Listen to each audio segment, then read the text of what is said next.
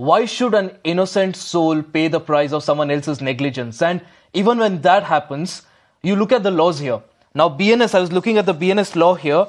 The law, on one hand, if the case is reported by the person who's caused it, maximum is 5 years.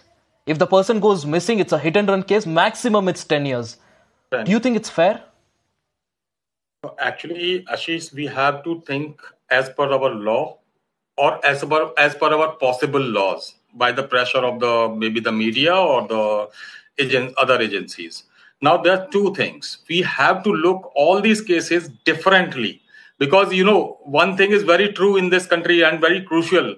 Our Union Minister, Mr. Gadkari, Shri Gadkari ji, has raised the hand. I am unable to stop the accident or I am unable to reduce the accidents and the deaths in India. So that is this culture of the country. We are unable, our head is saying, unable to stop it. Now, second thing, it's just because of the state policing. Because till now, no state police is basically strengthened or there's a capacity building how to deal with these cases.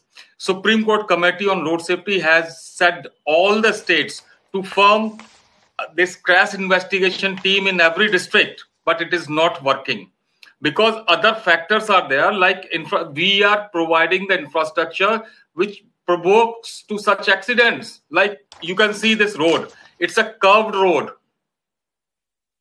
One person moving from here and he is coming from the third lane to the first lane. And if there's a greenery on the divider, if you will see the 5 feet greenery, and as per our Indian law, that is IRC, Indian Road Congress, it must be only 2.5 feet, including divider height.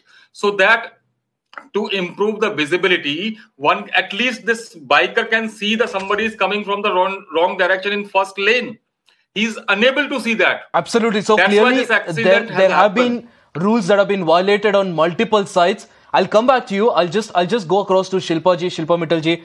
Shilpa ji, now again, a lot of things that you also mentioned here. The fact that on one hand, as a family that goes through something like this, you have to deal with the trauma of coming to terms with the loss of a loved one.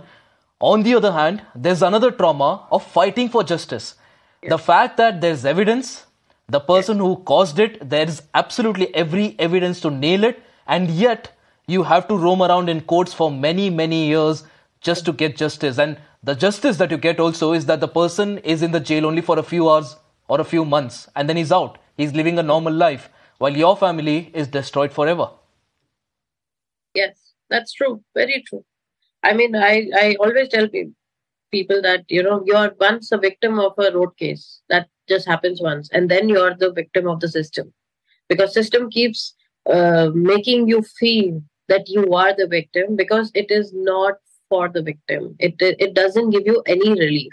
Can you believe if I say that to you, that with my case, there is evidence exactly like this, there's footage, there is people, the accused has agreed that he was driving, everything is clear.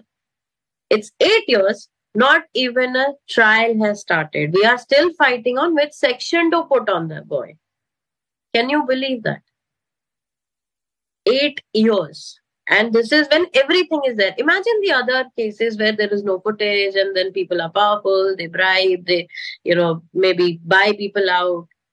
The system is not for you and it is failing the common man of the country, and the judiciary is not helping.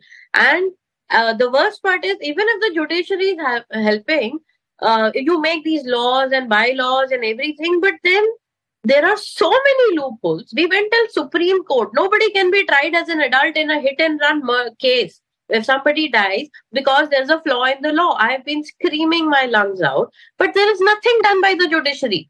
They don't want to change the loopholes. They want to have those loopholes and they want to make people suffer. Finally, who dies? Who dies? Who's on the road? That person dies. All these rich and famous people, they don't, they don't die. They don't have to. I mean, they have so many cars with 8-seat, airbags and everything. Who's going to die? So who's going to fight for justice? And why do I have to fight for justice? No, there are so many questions. As a citizen of this country, the judiciary is not for you, and I think they have to really work on it. And between the common man and the judiciary, there is a link which is called the police. They have to do the reporting correct, which they are not doing, and they fail miserably. Either there's a lack of evidence, or they have not done their job correctly, or even in this case, they just let the guy walk away. I mean, this is a classic example, and this happens in every case. I mean, ask that policeman that would you do that if it was your son who died? They would hang the whole family that day. So why are the laws different for your family and my family? Why? Because I'm nobody. So I don't matter. The common man doesn't matter of this country. We are only here to pay taxes, or we are just only here to suffer. I mean, why do you have these laws if you don't want to implement it? Police doesn't want to file the FIR. If they want to file, then there is so many loopholes. Nobody comes to tell you what has happened. You have to keep going to the police station. When finally the FIR files after 60 days or 90 days, then you have to wait for all the postmortems, which comes in 6 months or a year it takes. I mean, every report, everything is so delayed. It just keeps delaying. It is sad. It is disheartening. It breaks you down. It is financially, emotionally, mentally exhausting. And why? First, somebody dies in your family, and then the whole family dies with the system. Do they want to set examples like these? And it keeps happening. Anurag ji, I'll ask you to come in here, because again, one of the complaints here is the laws in India. Even if the person is convicted, the laws are just not strong enough. They just don't act as a deterrent. So what's the other way? How do we ensure that people, before they flout rules, they think twice? Ashish, with me? Yes, it's for you, Mr. Anurag. Ashish, you are addressing me? Yes, Mr. Anurag, that question for you. What do we do more to ensure that the laws are so strict that people, the next time they break rules, they decide to do something like this, they think twice? Actually, we have to set an SOP and the accountability of two departments. One is the police department, that is traffic department, and civil department also. Both the departments. Then our accountability of all engineering departments, maybe the horticulture department who is doing the vegetation on the roads like this up to 5 meters, because we have to stop such thousands of accidents. If you remember, such type of cases are happening with everyone. Every family almost is a victim of the road accidents, maybe the minor or major. It's happening everywhere. We have to think little differently, because every victim family is raising the same question: we want justice. Who will give the justice? What type of justice we are just appealing with our government?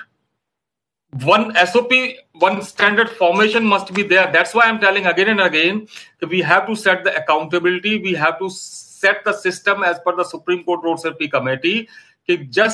And all the investigation must be as per the law which they are suggesting.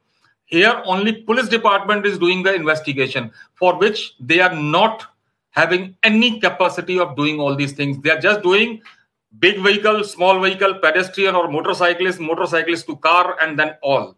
But they are not focusing on the real causes behind all these accidents. If the vegetation on this road was proper, at least both drivers can see each other. At least they can, when he was coming from the third lane to the first lane, at least he can adjust himself and he can be on the second lane. This life can be saved if this infrastructure will be better there. So one thing there, if proper investigation will be there, then the police persons as well as these engineers must be set accountable for that.